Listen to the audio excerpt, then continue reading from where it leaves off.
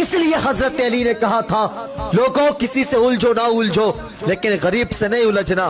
کہا وہ کس لیے؟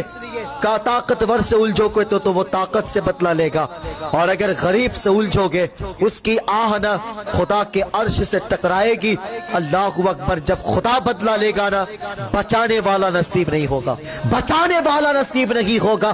بادشاہ نے جب محل بنوایا اتفاق سے محل کے کونے پہ بڑھیا کی جھوپڑی پر رہے تھے. بادشاہ نے کہا اماں اپنے جھوپڑی کو ہٹا لے، جا میری سلطنت بہت بڑی ہے کہیں پہ جا کر کے بس جا. اللہ اکبر. عورت نے کہا تھا کہ بادشاہ اگر ہو سکے تو اپنے محل کو لے کر کے چلا جا، میں نہیں جانے والی. کہا وہ کس لیے؟ کہا بادشاہ جو رونق تیرے محل میں نہیں ہے وہ رونق میری جھوپڑی میں ہے. کہا وہ کیسے؟ اللہ اکبر. بڑھیا نے بہت بڑی بات کہی تھے. کہا بادشاہ تیرے محل میں رونق تیرے نوکروں کی وجہ سے ہے لیکن میری جھوپڑی میں رونق میرے بزرگوں کی یادوں کی وجہ سے ہے، بزرگوں کی یادیں شامل ہے. اللہ اکبر. بادشاہ نے کہا ہے کہ یہ بڑھیا آسانی سے نہیں ماننے والی ہے. غلاموں سے کہا جا حساب لگا دے، جیسے بڑھیا جھوپڑی سے نکلے گی اس کے جھوپڑی کو اڑا دینا.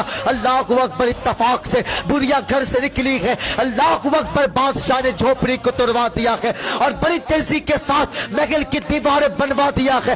شام کو جب بڑھیا گھر کو لوٹا ہے دیکھا میری حویلی رہی. اس لیے حضرت علی نے کہا تھا لوگوں کسی سے الجھو نہ الجھو لیکن غریب سے نہیں الجھنا.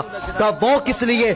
کہا طاقتور سے الجھو گے تو وہ طاقت سے بدلہ لے گا، اور اگر غریب سے الجھو گے اس کی آہ نہ خدا کے عرش سے ٹکرائے گی.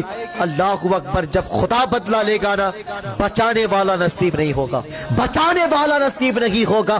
بادشاہ نے جب محل بنوایا اتفاق سے محل کے کونے پہ بڑھیا کی جھوپڑی پر رہے تھے. بادشاہ نے کہا اماں اپنے جھوپڑی کو ہٹا لے، جا میری سلطنت بہت بڑی ہے کہیں پہ جا کر کے بس جا. اللہ اکبر. عورت نے کہا تھا کہ بادشاہ اگر ہو